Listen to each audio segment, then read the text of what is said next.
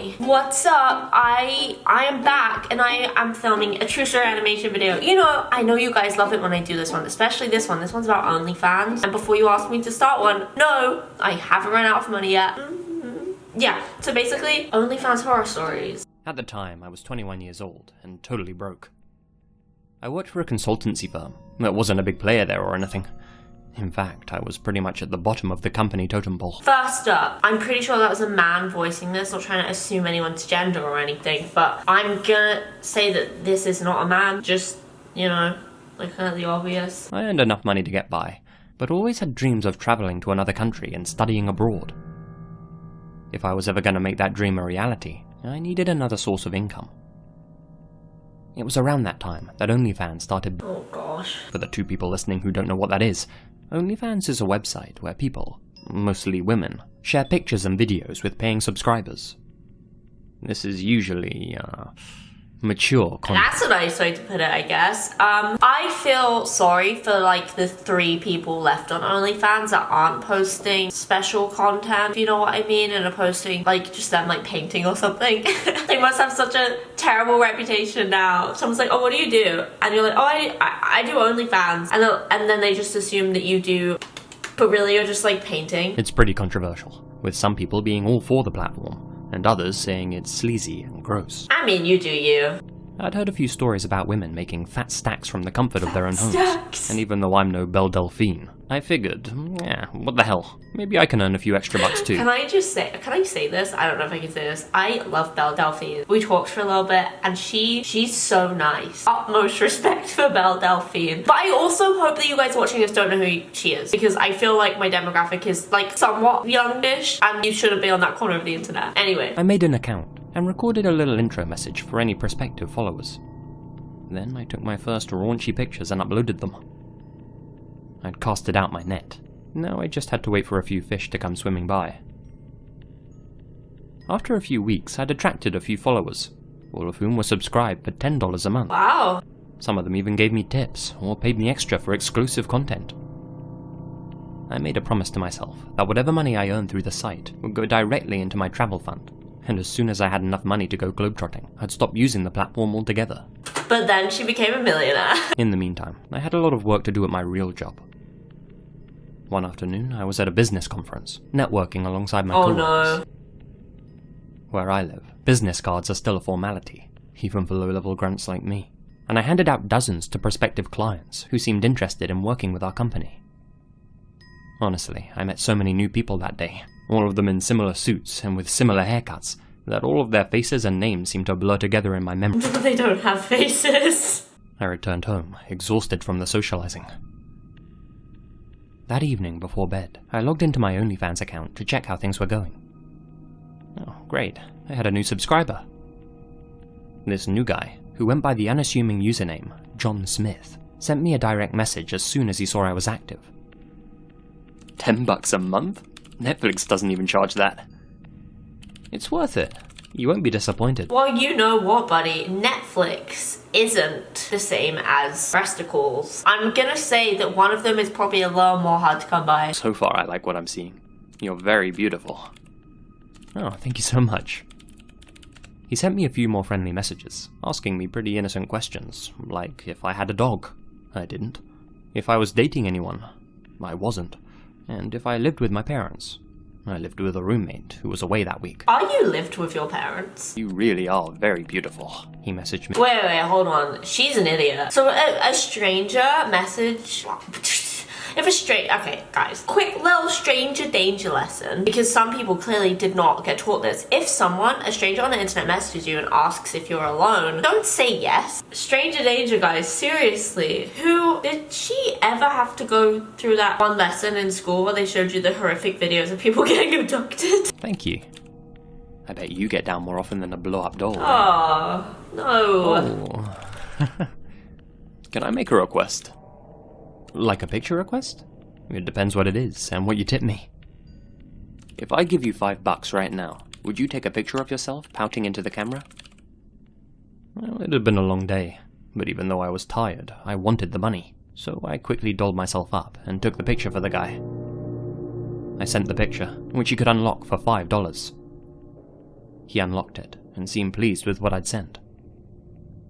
No more than a minute later, he sent me another request. How about one of your pretty feet now? I'll pay you another $5. Hey, another lesson on top of the stranger danger lesson. You should be charging a lot more than $5 for your feet. I'm really making it seem like I have experience in this. I don't. I did get a man in my Twitter DMs offering to pay me $10,000 for a photo of my feet once though. I didn't do it. I still have some of my ethics intact. I also feel like that's cheating, right? Sure, whatever you want. I'll never get what's up with some guys and feet, but of course I took the picture for him and sent it, again behind a $5 paywall. He made a couple more requests, each time paying me $5. Easy money, I thought. One of me in high heels, one of me in such and such a position, etc. Then he sent me another request, this time for $10. Add me on Instagram. He included his account name in the message. $10 just to add a guy on Instagram? Sure, why not?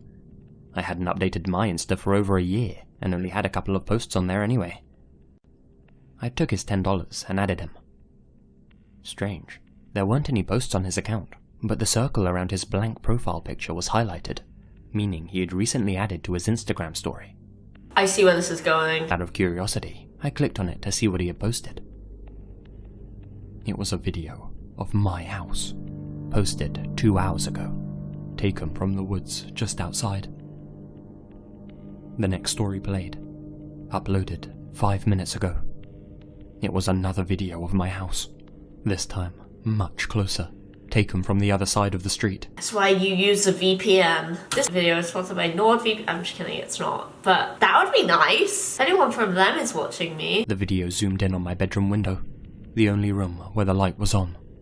The room I was in. Okay, well this is the bit where you call the police, you know? Third story, uploaded just 2 minutes ago, was taken from just outside my porch window. He was right outside my front door, filming the inside of my house through the glass. A message popped up in my DMs. Let me in. Terrified, I locked my bedroom door immediately and called the police, telling them that someone was outside my house. All the while, he continued DMing me. Come outside, or I'll have to come in.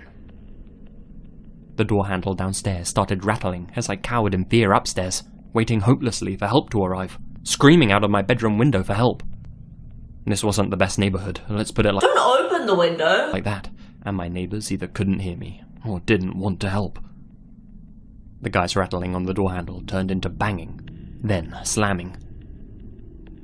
Suddenly, everything downstairs fell silent. I thought he had gone, but after a few minutes, I could hear tapping on the downstairs windows, and shortly after that, the smashing of glass. I'd soon learn that he had used a rock to smash the living room window. Not 30 seconds later, I could hear sirens off in the distance. By the time an officer arrived to check that I was okay, the guy was long gone. Why am I actually scared right now? I'm really scared. This is why I like living in apartments, like all the way up, at the very top. I'm scared of heights, but you know what? No one's getting through the windows. I told the investigators everything. They patrolled the area to look for any suspicious-looking guys, found nobody, and suggested I stay somewhere else for a while. I asked them to hang around while I packed a bag. As I got in my car to drive to my parents' place, I checked my phone one last time. There was one unread message in my OnlyFans DM box. He's in the car. He's in the car. Pleasure doing business with you. I told my parents everything that had happened and tried my best to get some sleep. That night, I was plagued with questions. Who was John Smith? I don't know, buddy. What was he planning on doing? How did he know where I lived? My private information was, of course, not available on OnlyFans. I was relatively new to town and didn't know many people in the area. From her business card! Her boss or something might have been a creep. I'm such a genius. Although I usually piece it together way earlier on than this. The next day, I pieced 2 and 2 together. My business card. It didn't just have my company address on, but mine as well. Why? That's so stupid. The fact this happened the night after that networking event couldn't have been a coincidence. I'm convinced that the creep was one of the people I'd met that day. You can't give strangers your address. Using the information on the card, he must have found my account online and decided to pay me a visit. I passed that information along to the authorities, along with the dozens of business cards I'd collected that day. This, of course, resulted in nothing. Okay, guys, another little stranger danger lesson. Number 1, literally don't give your address to people you don't know. It doesn't matter. Even if you do like vaguely know them, you shouldn't do it, because most like stalkers and stuff aren't just like random people that start following you in the middle of the night. They're usually people that you already know. Why do I feel like I have to teach people this? I'm stupid. I do dumb stuff all the time. So the fact that I feel like the need to have to teach people to not do this, it's really saying a lot right now. There was no evidence to speak of, and the Insta account was obviously a throwaway. I realize now that he was asking me those friendly questions at the start to see if I lived alone and to check I didn't have a guard dog. Yeah, obviously. Needless to say, I quit using the site. I've moved back in with my parents permanently now, but can't afford to give up my job at the consultancy firm. Now, whenever I go into work and meet with our clients, I put on a brave face. But inside, I'm always questioning whether the guy I'm working with is the same one who was outside my house. Oh, that was creepy. I also just said the weirdest moment. Okay then, I mean, that was that, I guess. That was kind of literally terrifying. But good thing, there's a second story in the saga, and I'm gonna react to it too, but you have to wait until the next video. I appreciate you so much. That was kind of cringe, bye.